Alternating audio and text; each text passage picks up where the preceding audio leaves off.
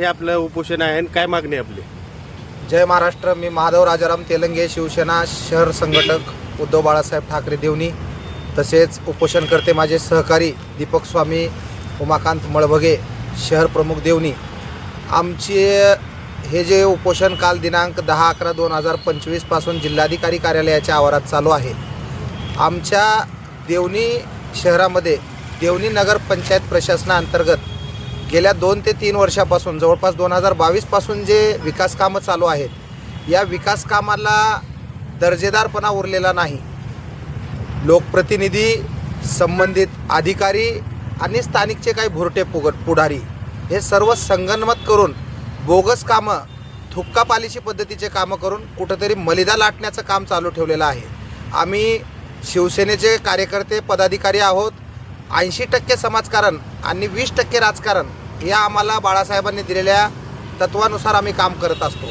आम्ही संबंधित सदर जे कामं चालू आहेत, एक कामाचा दर्जा पाहून त्यांच्याकडे त्याबद्दलची विचारणा केली असता त्यांनी आम्हाला न जुमानता किंवा आमच्या कुठल्याही लेखी किंवा तोंडी निवेदनाला उत्तर न देता त्यांच्या बोगस कामाचा सपाटा चालूच ठेवल्यामुळं आम्ही स्थानिक पातळीवर सर्वांना कल्पना देऊन जिल्हाधिकारी कार्यालयापुढे हे झालेली बोगस कामाची चौकशी व्हावी आणि चालू असलेली बोगस कामं थांबवावीत आणि यापुढे होणारी विकास कामं दर्जेदार आणि गुणवत्तापूर्ण व्हावीत या मागणीसाठी आज जिल्हाधिकारी कार्यालयापुढे उपोषण करत आहोत. कुठल्या कामामध्ये भ्रष्टाचार झालेला आहे असं तुम्ही आपण नमूद केलेलं आहे? असे भरपूर आहेत.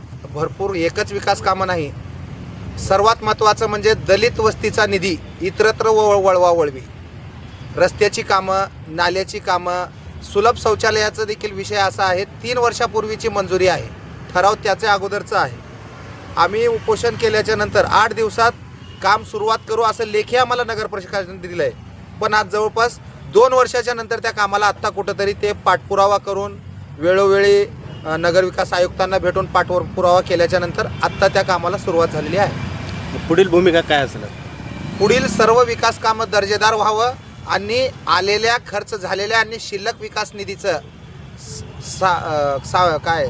माहिती सार्वत्रिक करावं ही आमची मागणी.